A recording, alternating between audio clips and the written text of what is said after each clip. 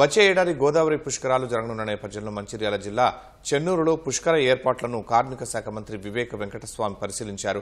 గోదావరిలో స్నానం చేసేందుకు వచ్చే భక్తులకు ఎలాంటి ఇబ్బందులు లేకుండా అన్ని సౌకర్యాలు కల్పించాలని అధికారులను ఆదేశించారు.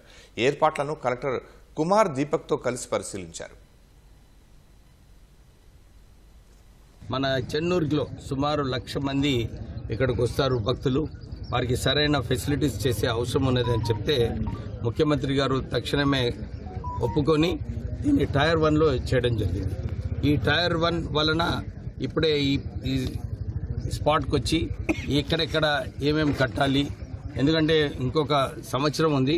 సంవత్సరంలోనే ల్యాండ్ ఎక్విజిషన్ ఇప్పుడే కలెక్టర్ గారు చెప్పినట్టు రోడ్ వైండింగ్ 2 వెహికల్స్ పోయేలాగా రోడ్ వైండింగ్ చేసే అవసరం ఉంది. ఇంతమంది భక్తులు వచ్చినప్పుడు మరి సరిగా పార్కింగు, సరిగా టాయిలెట్ ఫెసిలిటీస్, బేదింగ్ ఫెసిలిటీస్ ఇవన్నీ కూడా కల్పించే అవసరం ఉంది.